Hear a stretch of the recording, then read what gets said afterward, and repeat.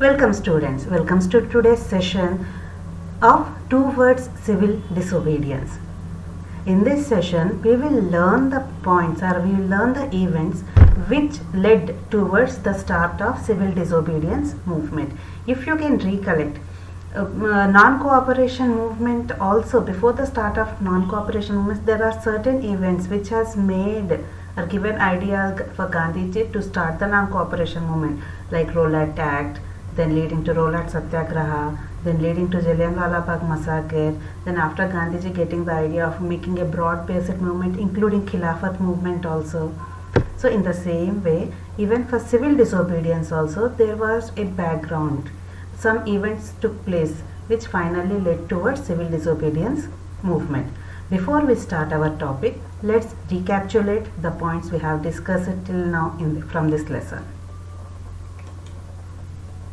We have started our lesson with First World War and its impact on India, and then Gandhiji's entry into India in the year 1915 with the gift of Satyagraha, and then his starting of individual Satyagraha movements in the year 1917 in Champaran and Kheda, and in the year 1918 in Ahmedabad.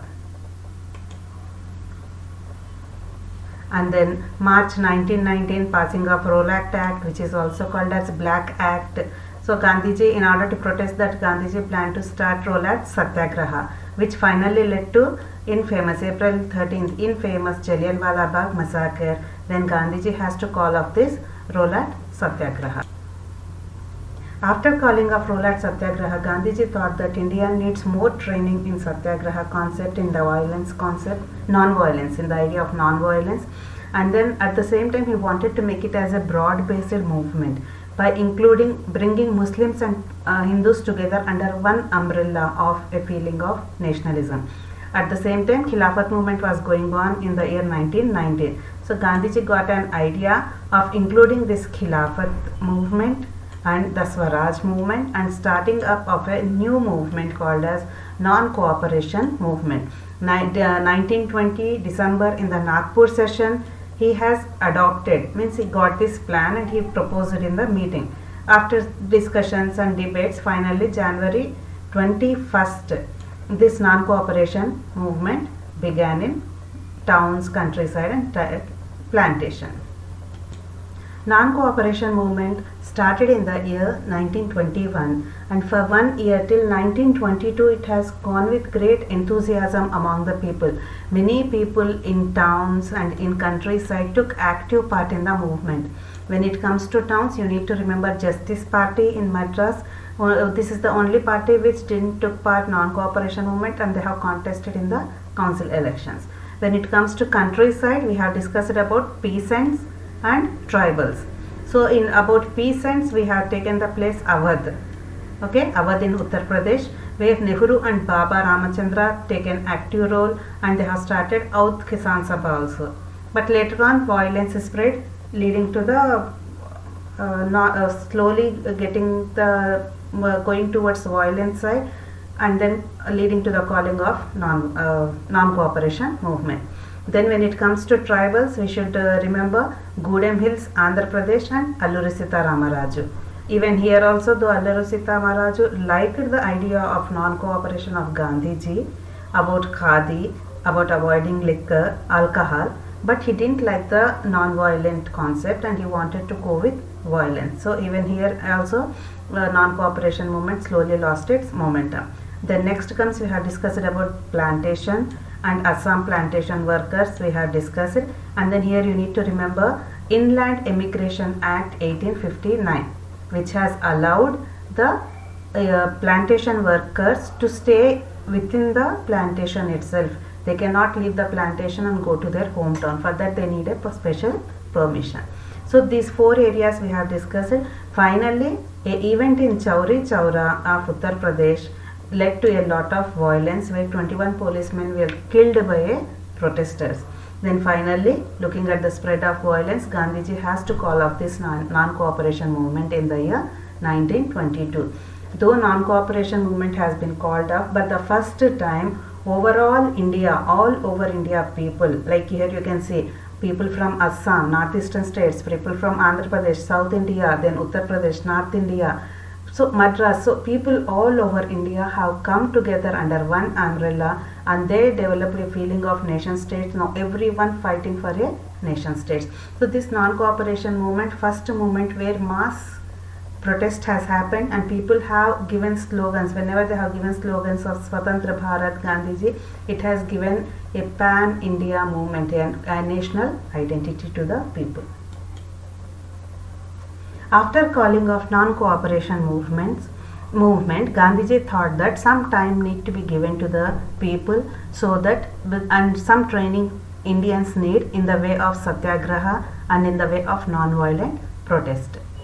At the same time, in this time of break, three major events took place. So today's topic, we will discuss about those three major events. One is Swaraj Party, formation of Swaraj Party, and then two other factors which led to the start of civil disobedience movement.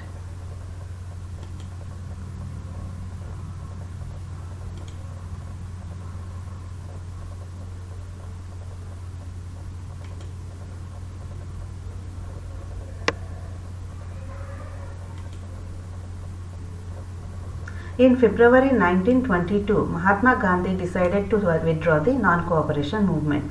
He felt that the movement is turning violent in many places, and then he thought that satyagrahas need to be properly trained for this. Then when non-cooperation movement is called off, then within the Congress party, again lot of discussions and debates started coming up, because many people were against this idea of calling off non-cooperation movement, whereas few Congress leaders felt that this is the time to participate in the elections, which they have rejected due to the non-cooperation movement. So within the party, they want to take part in the elections in the provincial council, which is being set up by the government as per the Government of India Act of 1919. Here you need to remember, can you recollect this year? 1919 is the year of Rolakt Act, and in the textbook they have not mentioned. Actually, the reason for making the Rolakt Act is this Government of India Act. British government has passed Government of India Act in the year 1919, and some of the things in this act are not according to our Indian leaders. So they started protesting. In order to put a curb on those, in order to put those national leaders to be silent, Rolakt Act is been passed, which made Gandhiji to start the Rolakt Satyagraha, and you know the after events. Again, after calling of non-cooperation movement, again people have started turn back to council elections, which are given as per the Government Act of 1919. So they thought, and here who are the leaders? Two leaders, they were very eager to take part in the council elections, and those two leaders were C.R. Das and Motilal Nehru. Jawaharlal Nehru's father, Motilal Nehru, C.R. Das in the sense Chittaranjan Das. These two wanted to take part in the council election, so they have formed a separate party known as Swaraj Party, and then they took part in the election. The main reason for they wanted to take part in the election, and reason is they want to go to council, means once they get elected in the elections, they will enter the legislature, British Parliament, and then they thought that they can demonstrate, they can reform some of the policies which are for the government. As they get some power, they thought that we get some power, then we can reform, and we can also demonstrate that these councils are not truly democratic. They wanted to prove this within the legislature, so they wanted to contest in the election, whereas the young generation which has entered into Congress party then, like Motilal Nehru's son Jawaharlal Nehru and Subhash Chandra Bose. Subhash Chandra Bose also left his civil services job and he joined the non-cooperation movement. These two are the young leaders at that time in Congress, and but these two people thought that we should not take part in the council elections. Instead, they wanted mass agitation, and for full independence we had to struggle. Hope you have understood. So after calling of non-cooperation, first event took part was Swaraj Party, set up by C.R. Das and Motilal Nehru, whereas two young leaders, Jawaharlal Nehru and Subhash Chandra Bose, were against it. They wanted full independence. They were against this council elections and the government. When these internal debates were going on within the Congress party, there was a situation outside India and within India and outside the India also. Like throughout the world, there was a time. It was a time of great economic depression. It was a time of economic depression. If you remember Nazism lesson also we have studied. 1930s, the year of economic depression, recession was going on. So manufactured goods stopped everywhere. Then a lot of higher increase in the prices. Whatever things are manufactured are blocked. No one is there to purchase because no one has money in their hands to purchase. This is the time of economic depression all over the world. So that economic depression has impact on India also. In India, especially in the rural areas. So agricultural prices began to fall from 1926 and collapsed after 1930. Here agricultural prices in the sense farmers who have to sell their products in the market because there is no one to purchase, and exports also stopped. So they cannot sell their product now. So agricultural goods fell, exports declined. So now peasants found it difficult to sell their harvest and pay their revenue. So it was a time of turmoil in the countryside. Turmoil in the sense many problems, lot of agitation, many problems going on within the rural areas. This economic depression which is going on in the world had its impact in the world also, especially in the rural area. This is the first incident which has changed the economic scenario of India and led to civil disobedience movement. One way, the rural side, the countryside in the sense rural areas, people are not satisfied with the British government. They are in huge trouble. First point. Now second point. At the same time, British government has sent a commission to India known as Simon Commission to set up a constitution for India to help in the look into the functioning of the constitution. It's a good idea if you see, like British government wanted to check the constitution of India, but what is wrong in it is no Indian in that commission. So in Britain, elections held and a new government set up in Britain. That government is known as Tory government. Okay, set up, and the Tory government has set up a commission, statutory commission, and who is the head of that commission? Sir John Simon is the head of commission. That's what it is referred to as Simon Commission also. And why it is set up? Because of the nationalist movement. Because a lot of agitation, strikes are going on in India against the government of India. 1919, like Rowlatt Act, Jallianwala Bagh massacre, the non-cooperation movement, all these were going on. So British government thought that okay, we have to look into the functioning of the constitutional system of India and suggest changes. Okay, they have done it like a positive sign, but where is the positive sign? Only from their side, because there is not even a single Indian member. How can the Britishers living in London decide the future and fate of India? So Indian leaders became very angry on this. So when Simon Commission arrived in India in 1928, so they were greeted with slogans, "Go back, Simon." Now in this agitation, all the parties like Congress and Muslim League, Hindus and Muslims have come together here. Both of them together, they have participated actively in this agitation of "Go back, Simon." Though these many agitations were going on, Simon Commission, the 7 members of Simon Commission, all British people have reached India. They have made their report and submitted to the British government. So in order to win them over, so Indians were agitating. So Viceroy, at that time, Viceroy for India was Lord Irwin. Who was Viceroy for India? He was Lord Irwin. So Indian leaders were very angry on that Simon Commission and the British government because there is no single Indian member.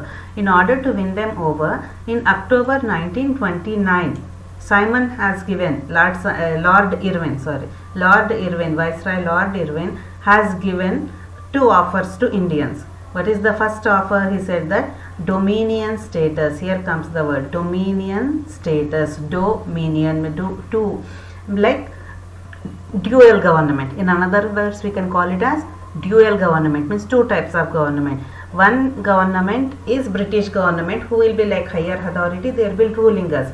Second government is Indian administrating their own country, whereas higher authority is the British government itself. That is the meaning of dominion status. Like Swaraj, that is what Indians were agitating for. Swaraj, in the sense, give us administrative power so that we can rule our own country. So he said that okay, I'll give that, but is there any time mentioned? In an unspecified future. No time mentioned. Somewhere, sometime they will do. So no trust on that. At the same time, what is the second offer? Second offer is round table conference to discuss the future constitution. He said that okay, you are not satisfied with Simon Commission report. No, he has submitted the report in London. So few Congress leaders can go and attend the round table conference to be held in London about the constitution. But our Congress leaders were not satisfied. Reason? Same thing, the Britishers, they'll play their role of the way they play with the people, their minds. Because here when the people have come to India, Simon Commission has reached India, leaders agitated, no response to that. Once they reached London, they are telling okay, go to London and you can discuss there. Second one, he promised that he'll give dominion status, but is the dual government. He said that okay, I'll give Swaraj to you sometime. When is that sometime? No agitation, no information about it at all. After looking at the British government's reaction and their proposals, the young leaders of Congress, Jawaharlal Nehru and Subhash Chandra Bose, these two have become more assertive now. Now they said that who are they to give Swaraj to us? It is our own country. We can rule ourselves. What is that they will give powers to us? It is our own country. Such an ideology Nehru and Subhash Chandra Bose developed. Now they said that we don't want Swaraj, we want Purna Swaraj. The idea of Purna Swaraj has risen now.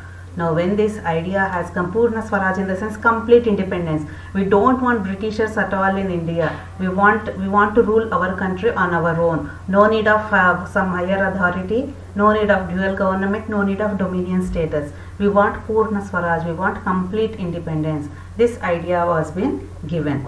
Whereas within the party, the liberals and moderates, like the earlier Congress leaders like C.R. Das, Motilal Nehru, these are all the people who wanted this Swaraj to work under the dominion status of the British.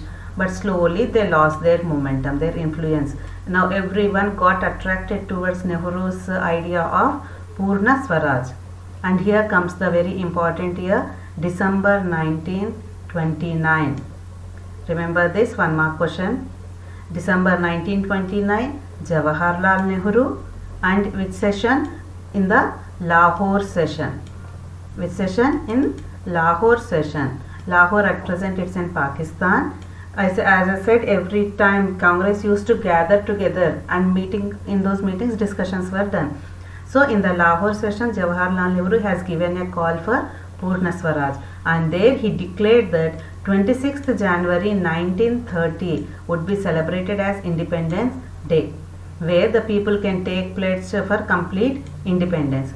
But not much attention was given to this independence. Then Mahatma Gandhi has come into the scene. Till 1930 Mahatma Gandhi was not in the scene. Now Mahatma Gandhi has come into the scene so that he can find a way of this abstract idea of freedom, because people didn't, till now no one thought of complete independence. They thought okay, give us Swaraj, give us some administrative powers only.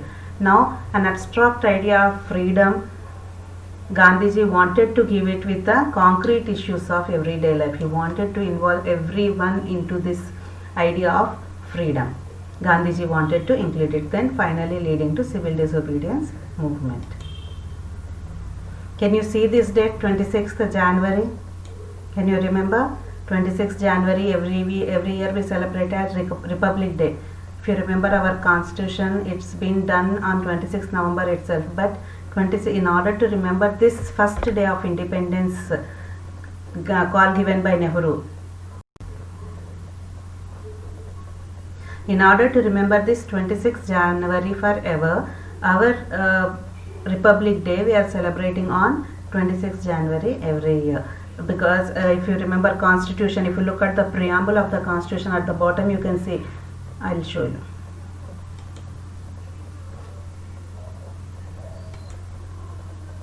Can you see this? This is the Constitution of India, preamble of Constitution of India. If you see at the end, in our Constituent Assembly, this 26th day of November 1949. Can you see this?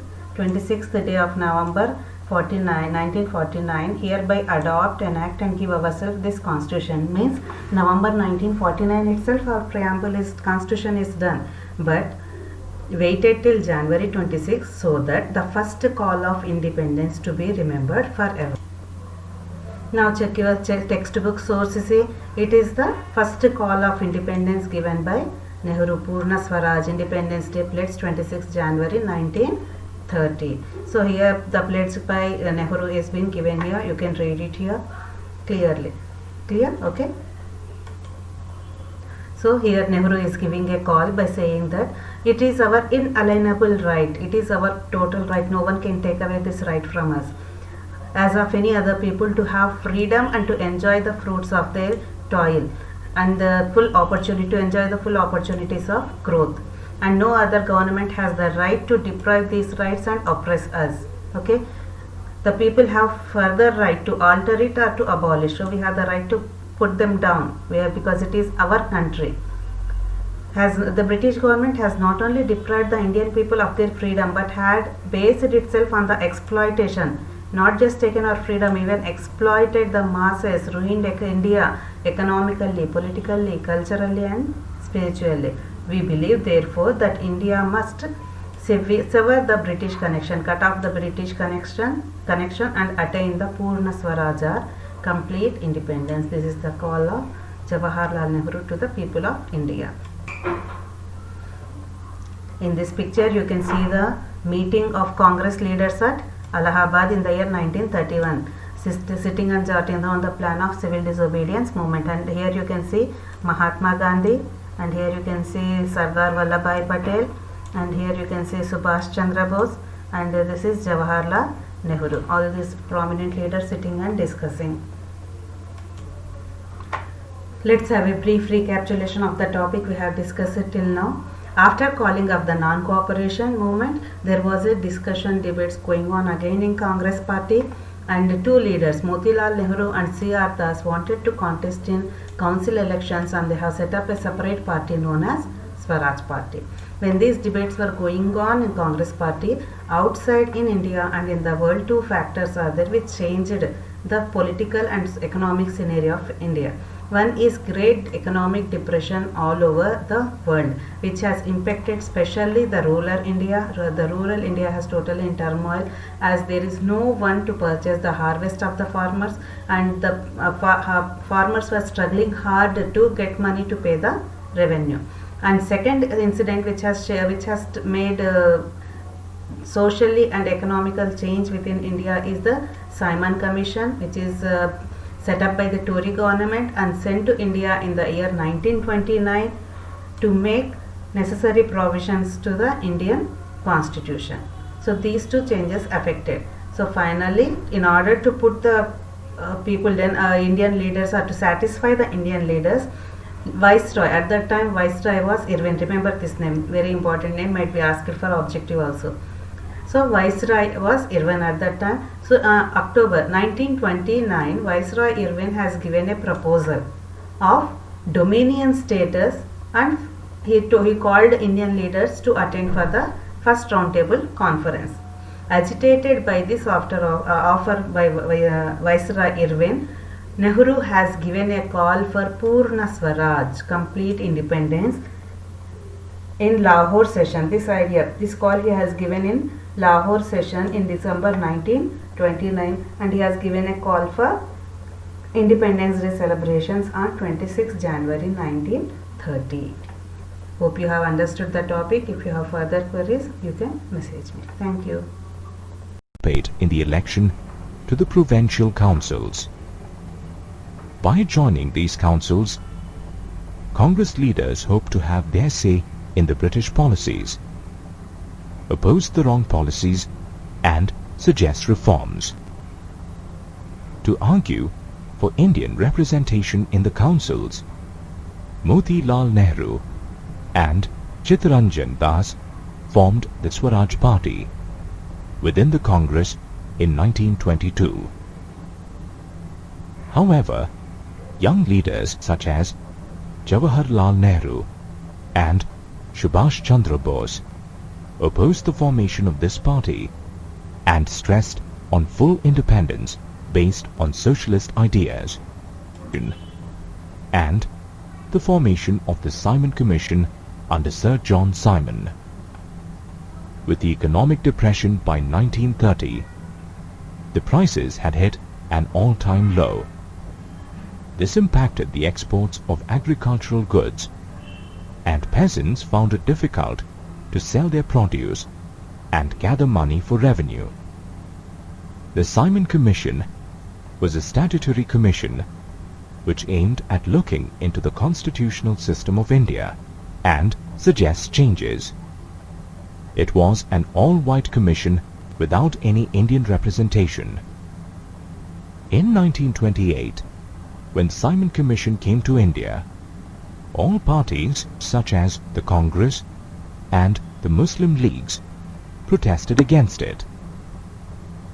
To pacify the leaders, Lord Irwin, the Viceroy, gave a vague offer of Dominion status to India and also proposed a round-table conference. The Congress leaders were not happy with these proposals. In the Lahore session of the Congress in 1929, Jawaharlal Nehru declared the demand for Purna Swaraj